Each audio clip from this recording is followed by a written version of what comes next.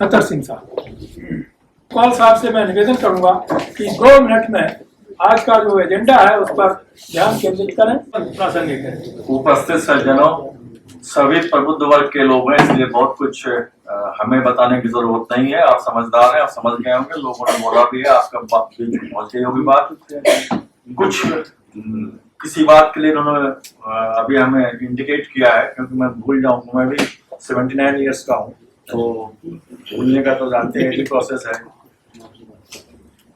कोई एक, जब मैं इंजीनियरिंग कॉलेज में था 1965 में, तो हमारे बगल में कुसमी जंगल है, उसमें एक शेर था, लेकिन एक बहादुर इनके जैसे कहा कि मैं उसको मारूंगा, और वो भाला लेकर के मार भी सकता था, क्योंकि वो कंसंट्रेशन उसका इतना अच्छा था कि वो मार सकता था। पीछे लोगों से कहा तुम लोग खड़े रहना, क्योंकि शेर भीड़ से डरता है, शेर केवल भीड़ से डरता है। जब वो शेर के पास पहुंचा तो एक बार उसने सोचा कि जरा देख लेंगे पीछे भीड़ है कि नहीं है। जो उसने पीछे किया उतने में शेर अटैक कर दिया, वो मार दिया। अगर वो न पीछे मुड़ता देखने के लिए कि हमारे पास भीड़ है कि नहीं है, और जब देखा तो एक भी आदमी नहीं था पीछे। इसलिए हमारे आदमी मारे जाते हैं, संस्थाएं फेल हो रही हैं, लोग करना चाहते हैं, कर नहीं पा रहे हैं। उसका कारण यही है कि भीड़ आती है, पीछे जब देखा कोई दिखाई नहीं देता है। अब चूंकि जो पॉइंट्स थे केवल 1 मिनट में खत्म कर देता हूँ, और हमारे बुजुर्ग नेता और इनको तो हम लोग सुनते रहते हैं, देखते रहते हैं, इनको हम लोग जरूर सुनना चाहते हैं, लेकिन बता दें जो पॉइंट्स आए हैं उनमें से बस 1 मिनट में खत्म करता हूँ। बहुत सारे ऑर्गेनाइजेशन फेल हुए हैं, उनका कारण इकोनॉमिक रहा है, जैसा कि दान की बात कही है। दूसरा है कि आपने जो अभी कहा था कि ईवीएम से कुछ नहीं होगा, जो लोग इलेक्ट्रॉनिक इंजीनियर है बैठे हैं, लो ट्रांसफॉर्मर फ्रीक्वेंसी के ट्रांसफॉर्मर लगा करके 200 मीटर में जीप में उसको रख दिया जाता है, और वो ईवीएम को मैनेज करके उसको बदल सकते हैं। ये आज भी हो रहा है और कराया जाता है, लेकिन वो सेलेक्टिव होता है, पता नहीं चलता है, इसलिए वो जानते हैं कहाँ जिताना है, कहाँ हराना है।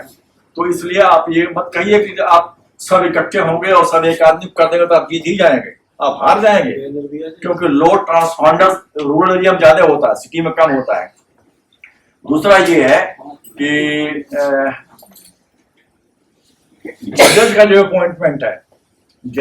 अपॉइंटमेंट है, इसके लिए आर्टिकल 312 में प्रावधान ऑलरेडी किया हुआ है। जो समझदार लोग हैं, वकील लोग हैं, सब जानते हैं इस बात को कि उसमें किया जा सकता है, बाकायदा कमीशन स्थापित किया जा सकता है, लेकिन दादागिरी और जबरदस्ती से जजों ने अपने आप छीन लिया हुआ है, और वही लोग कर रहे हैं जो वो चाहते हैं।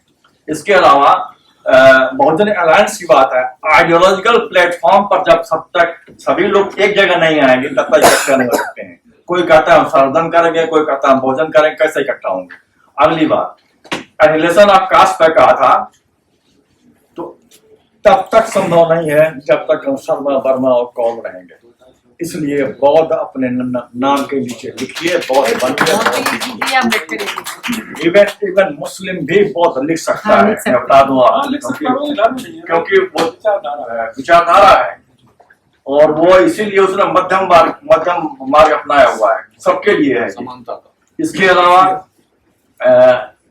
जहां तक फैमिली की बात है, कुछ लोगों ने किया था कि भाई शादी ब्याह होते रहना चाहिए। मैं अपनी फैमिली बताता हूँ। मेरी पहली फैमिली में एक शादी हुई थी, वो क्रिश्चियन में हुई थी, उसके बाद श्रीवास्तव में हुई थी, उसके बाद ब्राह्मण में हुई थी, उसके बाद राजपूत में हुई थी। जो त्रिभुवन नारायण सिंह थे उसके कर्नाटक से हमारी साली बाई ब्याह हुई है, टीएन सिंह जो गवर्नर थे। उसके अलावा मुस्लिम से हुई है, हमारी खुद साली की जो लड़की है मुस्लिम से शादी की हुई है। उसके अलावा ट्राइबल, अभी जो हमारा साला है डायरेक्टर था डीडीए में, उसकी लड़की शादी ट्राइबल से किया हुआ। ज्यादा हमें ध्यान नहीं दे रहा है, क्योंकि जो राइट्स है रिचुअल, जैसे हमारे कर्नल साहब है, अंदर हाथ उठा दें, कर्नल साहब के हाथ में बंधा हुआ है, किसी ने बात रखा होगा, है ना। तो ये ऐसा एक सिंबॉलिक रिप्रेजेंटेशन है जो कंटिन्यू करना चाहते हैं, उसको हमें खत्म करना है। इसके अलावा आजादी की बात हुई थी, आजादी हमें मिलनी चाहिए। 1857 की लड़ाई कौन लड़ रहे थे? राजा लोग अपने लिए। 1947 में आजादी किसको मिली? ब्राह्मणों को, द्विजों को। अब आपकी आजादी की बात है, आप करिए, हमारे समझ से गौतम जी ने बात कह दी है। इसके अलावा बहुजन हिस्ट्री के बारे में सबको पता है कि पूरी की पूरी इनकी वैदिक हिस्ट्री 9वीं सदी के बाद शुरू हुई है। कहीं वैदिक पीछे कुछ था ही नहीं, क्योंकि ये जो स्क्रिप्ट है आज जो बोलते हैं लिखते हैं, ये कहीं था ही नहीं।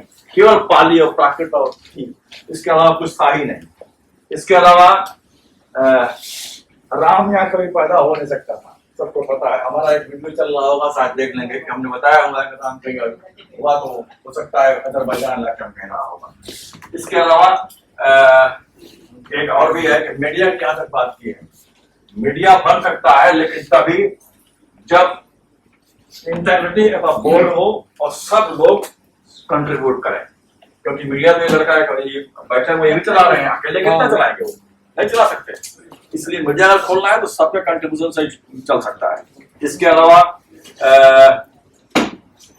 हाँ, सबसे बड़ा नुकसान हुआ है कि इस डेमोक्रेसी को प्लूटोक्रेसी में बदल दिया गया, धनिक तंत्र में बदल दिया गया, ये सबसे बड़ा नुकसान हुआ है। और ये बदलने वाले और कोई नहीं है। 1991 में अमेरिकन कैपिटलिस्टिक पैटर्न जो अमेरिकन है उसके आधार पर इसकी डेमोक्रेसी कर दिया गया था। डेमोक्रेसी में साफ साफ हमारी जो इंडियन डेमोक्रेसी है सोशलिस्टिक पैटर्न पर आधारित है, इसको पूरा पलट दिया गया था। और ये बहुत कम लोग इस बात को समझ रहे हैं। इसी से हम इस लाचार हो गए हैं कि पैसे के सामने हमारा कुछ चल ही नहीं रहा है, हर चीज पैसे से गवर्न हो रही है। इसलिए अंत में मैं बात करना चाहता हूं कि जो लैटरल एंट्री हो रही है वो भी जानते हैं कौन, अभी बताया था उन्होंने, मनोज वाजपेयी नचनिया बजनिया है पिक्चर में, उसका भाई सुजीत वहां पर बैठा हुआ ज्वाइंट सेक्रेटरी बनकर, और आईएएस 20 साल 15 साल होने के बाद भी वहां पर ज्वाइंट सेक्रेटरी नहीं बन पाते हैं। और चंद्रचूड़ साहब को जो बहुत लोग समझ रहे हैं, हम तो 14,000 ट्वीट हमारे चल रहे हैं।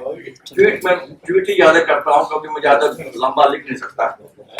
उसमें चंद्रचूड़ साहब को मैंने साफ कहा हुआ है कि जिस दिन बालाजी के यहाँ जाकर ये आशीर्वाद ले रहे थे, उसी दिन मैंने लिखा था ट्वीट पर कि जब तक कि बालाजी आशीर्वाद नहीं देंगे बहुजनों के लिए कुछ नहीं करेंगे, केवल और अंत में एक बात और आई थी कि ये एमएलए एमपी क्या कर रहे हैं। जब तक पीपुल्स रिप्रेजेंटेशन एक्ट में अमेंडमेंट नहीं होगा तब तक उनको गुलाम बन के रहना पड़ेगा, वो रहेंगे, उसमें आप कुछ नहीं कर सकते। इसलिए इन्होंने जो कहा है कि सिलेक्ट करो कौन आदमी आपकी आइडियोलॉजी का है, उसको आप चुनो। और अंत में सुप्रीम कोर्ट ईवीएम नहीं हटाए, गलती से मत जाइएगा, सुप्रीम कोर्ट ईवीएम नहीं हटाने वाला है, सब मिले हुए हैं, क्योंकि वो ऑलरेडी कह चुके हैं कि ईवीएम पर विश्वास नहीं है, लेकिन पेपर ट्रेल मशीन नहीं लगाई हाथ पर, उनकी नहीं करवाई, क्योंकि वो election commission order executive order जो इश्यू करता है, इलेक्शन कमीशन करता है। इसके साथ ही अपनी हम बात साफ करते हैं और आप सबके शुक्रगुजार हैं कि आपने इतना टाइम दिया, आपने सुनने की कोशिश किया। मैं चूंकि बेसिकली इंग्लिश बोलता हूँ इसलिए मुझे हिंदी बहुत अच्छी नहीं आती है, इसलिए अगर कोई गलती हो गई बोल रहे हो तो माफ करिएगा। मैं अपना पूरा समय जो है आप बाबू जी को देता हूँ।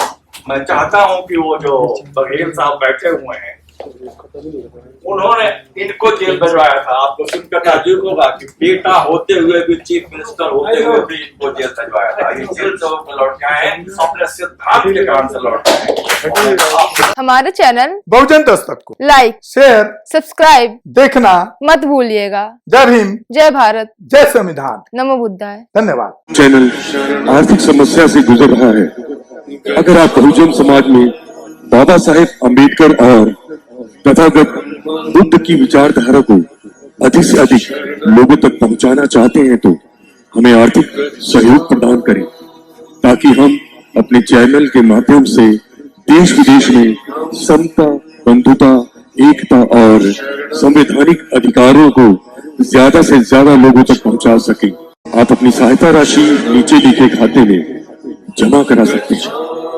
खाता धारक गौतम रत्न, खाता संख्या 3169576865 IFSC कोड SBIN 0060336, बैंक भारतीय स्टेट बैंक। आप हमारे बैंक खाते का विवरण स्क्रीन पर भी देख सकते हैं। जय भीम, जय भीम।